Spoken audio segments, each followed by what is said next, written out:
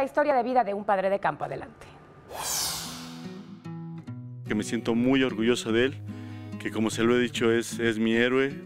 Estas palabras se las dijo José a su padre, un productor de pimiento de padrón, jitomate y maíz de 71 años, quien ha entregado su vida al campo de Santiago Tulyehualco. También se preparó como veterinario de la UNAM, pero asegura que su tarea más importante ha sido guiar, educar y formar a sus hijos en el mejor camino.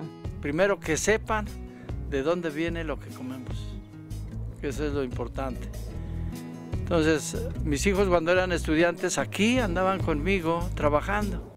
Su hijo varón es José, es ingeniero civil, pero también productor de hortalizas, que de niño, al igual que su papá, creció en el campo. En algún momento se lo pregunté de dónde le gustaba tanto el campo y me dijo que era por mi abuelo.